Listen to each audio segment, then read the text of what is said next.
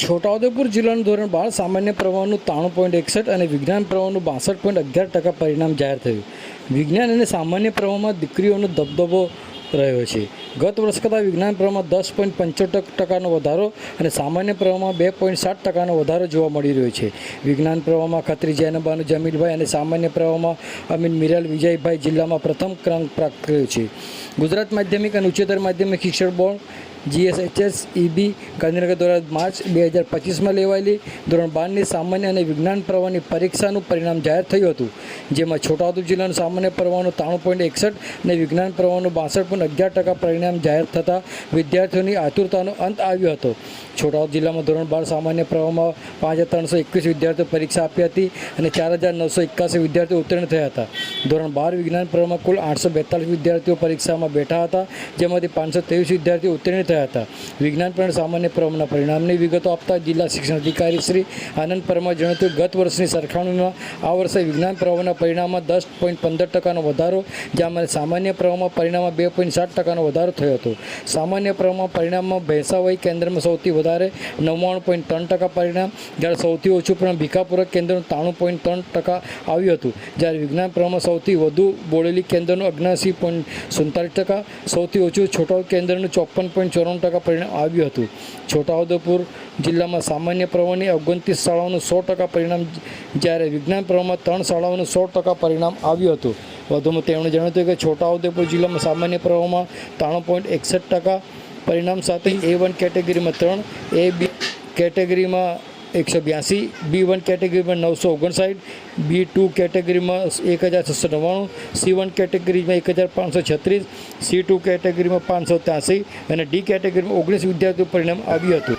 જ્યારે વિજ્ઞાન પ્રવાહમાં 62.11%, પરિણામમાં A2 કેટેગરીમાં 5, B1 કેટેગરીમાં 27, B2 કેટેગરીમાં 69, C1 કેટેગરીમાં 162, C2 કેટેગરીમાં 211 અને D કેટેગરીમાં 49 વિદ્યાર્થીઓ પરિણામ આવ્યું હતું. સમગ્ર જિલ્લામાં ધોરણ 12 સામાન્ય પ્રવાહમાં 90.95% પરિણામ સાથે શ્રી કવાંટ ઇંગ્લિશ સ્કૂલ કવાંટ ખાતે અભ્યાસ કરતા પ્રથમ ક્રમાંકે અમીન મિરાલ વિજયભાઈ, 90.51%, DB પારેખ સાર્વજનિક હાઈસ્કૂલ સંખેડા ખાતે અભ્યાસ કરતા બીજા ક્રમાંકે પરમાર ઈસાબેન નરેન્દ્રભાઈ અને 90.57% સાથે કન્યા સાક્ષરતા નિવાસ શાળા છોડવાણી ખાતે અભ્યાસ કરતા ત્રીજા ક્રમે રાઠવા મિરાલબેન પ્રવીણભાઈ આવ્યા હતા. ધોરણ 12 વિજ્ઞાન પ્રવાહમાં 51.54% સાથે HS સિરોલવાલ હાઈસ્કૂલ બોડેલી ખાતે અભ્યાસ કરતા પ્રથમ ક્રમે ખત્રી જૈનબેન જમીલભાઈ, 87.54% સાથે HS સિરોલવાલ હાઈસ્કૂલ બોડેલી ખાતે અભ્યાસ કરતા બીજા ક્રમે રાઠવા હિમાંશુભાઈ દેવેન્દ્રભાઈ અને 84.15% સાથે BAPS બોડેલી ખાતે અભ્યાસ કરતા ત્રીજા ક્રમે રાઠવા સોમભાઈ વિજયકુમાર આવ્યા હતા. આવો સાંભળી આ અંગે જિલ્લા શિક્ષણ અધિકારી આનંદ પરમાર શું કહી રહ્યા છે, સાંભળો તેઓના મુખે. ગુજરાત માધ્યમિક અને ઉચ્ચતર માધ્યમિક શિક્ષણ બોર્ડ ગાંધીનગર આયોજિત ફેબ્રુઆરી-માર્ચ 2025ની જાહેર પરીક્ષાઓ HSC વિજ્ઞાન પ્રવાહ અને HSC સામાન્ય પ્રવાહના પરિણામો આજરોજ જાહેર કરવામાં આવેલ છે. જે અંતર્ગત છોટાઉદેપુર જિલ્લામાં ધોરણ 12 વિજ્ઞાન પ્રવાહની અંદર કુલ 842 વિદ્યાર્થીઓ પરીક્ષા માટે બેઠા હતા, જેમાંથી 523 વિદ્યાર્થીઓ ઉત્તીર્ણ થયેલ છે. પરિણામના ટકાવારીની વાત કરીએ તો જિલ્લાનું વિજ્ઞાન પ્રવાહનું પરિણામ આ વર્ષે 62.11% નોંધાયેલ છે. ગત વર્ષના પરિણામોની વાત કરીએ તો ગત વર્ષે વિજ્ઞાન પ્રવાહનું અત્રેના જિલ્લાનું પરિણામ 51.36 હતું. આ વખતે 10.75% વધારો થઈ અને 62.11% પરિણામ નોંધાયેલ છે. છોટાઉદેપુર કેન્દ્રનું 54.94% પરિણામ છે, જ્યારે બોડેલી કેન્દ્રનું 79.47% પરિણામ નોંધાયેલ છે.